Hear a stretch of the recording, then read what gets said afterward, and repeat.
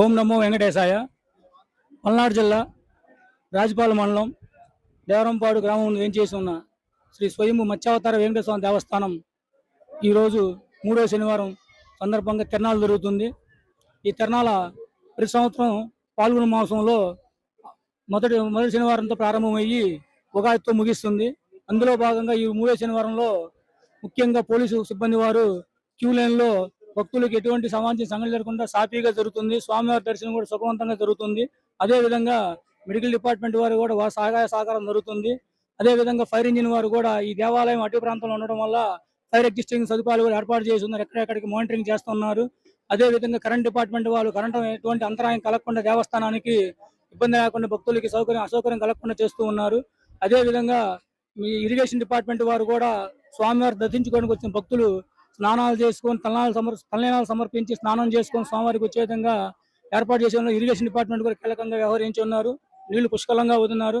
ఇది కాకుండా ఈ తిరణాలు దృష్టిలో ఉంచుకొని గౌరవనీయులు మాన్యశ్రీ ఉమ్మడి ఆంధ్రప్రదేశ్ మాజీ మంత్రివర్యులు ప్రస్తుత శాసనసభ్యులు కన్నా లక్ష్మీనారాయణ గారు కూడా ఉత్సవ కమిటీని ఏర్పాటు చేసి కమిటీ సభ్యులతో తీర్మానం చేసి వీళ్ళందరి సహాయ సహకారంతో ముందుకి ఎటువంటి అసౌకర్యం కలగకుండా భక్తులకి చూసుకోమని చెప్పి సాధించి ఉన్నారు. వారి ఆదేశాల ప్రకారము దేవస్థాన చైర్మన్ మరియు ఉత్సవ కమిటీ సభ్యులు కూడా అందరి సహకారంతో లోకల్ నాయకులతో కూడా మేము మమేకమయ్యి ఎక్కడ అవాంఛనీయ సంఘటనలు జరగకుండా వచ్చిన భక్తులకి సాఫీగా దర్శనం చేసుకొని ప్రశాంతంగా వెళ్ళాలని చెప్పేసి మేము చర్యలు తీసుకుంటున్నాము ఎప్పటికప్పుడు. అదేవిధంగా దాతలు కూడా ముందుకు వచ్చి ఉన్నారు. మంచినీళ్లు, మజ్జిగ ఇవన్నీ భక్తులకి ఉచిత వితరణ జరుగుతుంది. ఇందులో భాగంగా ఎక్కడెక్కడ అందరూ కూర్చొని సమన్వయం చేసుకొని శాఖల వారు సమన్వయం చేసుకొని తిరణాల దిగ్విజయంగా ముందుకు అడుగేస్తున్నాము. ఓం నమో వెంకటేశాయ.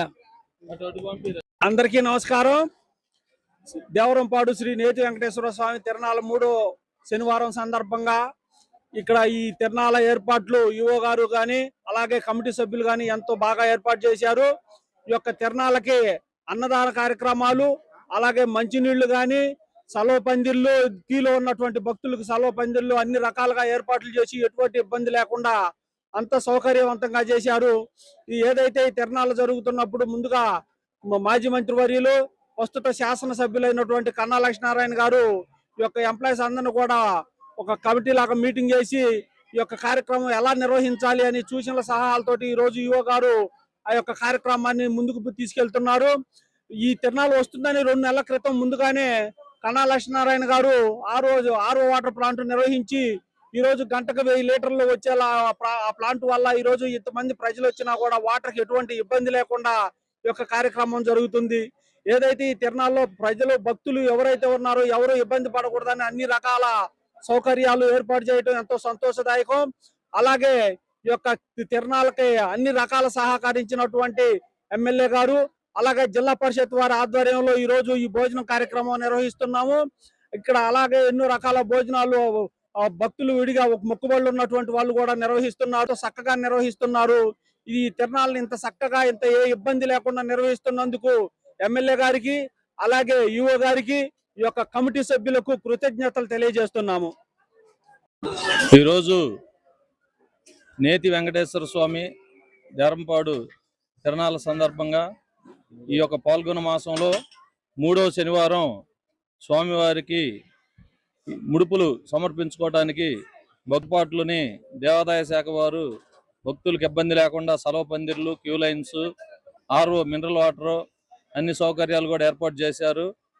అదేవిధంగా గౌరవ సత్తెనపల్లి శాసనసభ్యులు మాజీ మంత్రివర్యులు కన్నా లక్ష్మీనారాయణ గారు ఈ యొక్క భక్తులకి ఆహార సౌకర్యాల నిమిత్తం కూడా జిల్లా పరిషత్ గుంటూరు వారి ద్వారా మన మండల పరిషత్ వారి ఆధ్వర్యంలో ఈ యొక్క అన్నదాన కార్యక్రమం కూడా ఏర్పాటు చేయటం జరిగింది.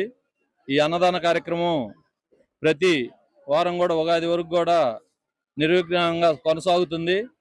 కాబట్టి భక్తులకి ఎటువంటి అసౌకర్యం లేకుండా అన్ని ఏర్పాట్లు చేయడం పట్ల మేము పూర్తిగా సంతృప్తి చెందాము. Thank you.